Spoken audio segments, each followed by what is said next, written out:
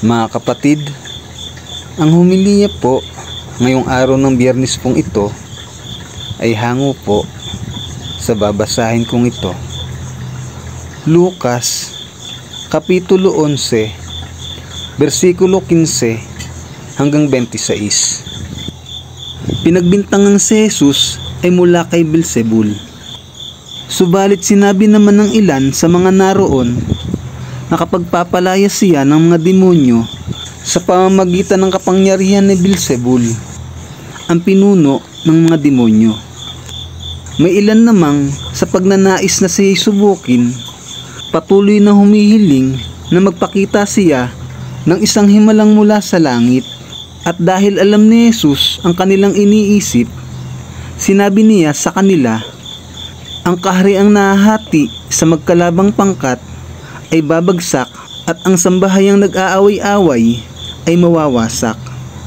Kung may mga pangkat sa kaharian ni Satanas na naglalaban-laban, paano mananatili ang kanyang kaharian? Sinasabi ninyong nagpapalayas ako ng mga demonyo sa kapangyarihan ni Beelzebul.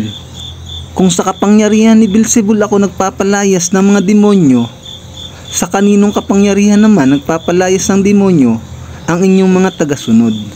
Sila na rin ang nagpapatunay na mali kayo. Nagpapalayas ako ng mga demonyo sa kapangyarihan ng Diyos, at ito'y nangangahulugang dumating na sa inyo ang kaharian ng Diyos. Kapag ang isang taong malakas ay nagbabantay ng kanyang bahay na dala ang kanyang mga sandata, ligtas ang kanyang mga ari-arian.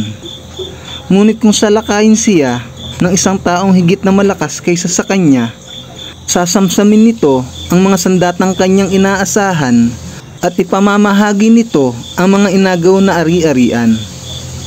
Ang hindi ko kakampi ay kalaban ko, at ang hindi ko kasama nag-iipon ay nagkakalat.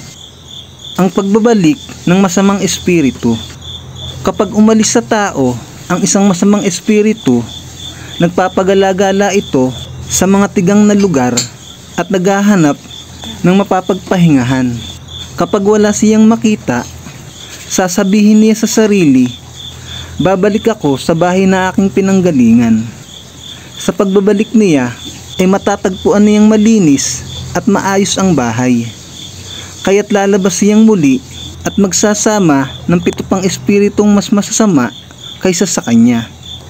Papasok sila at maninirahan doon, kaya't mas masama pa kaysa dati ang kalagayan ng taong iyon. Ang mabuting balita ng Panginoon. Pinupuri ka namin, Panginoong Hesukristo.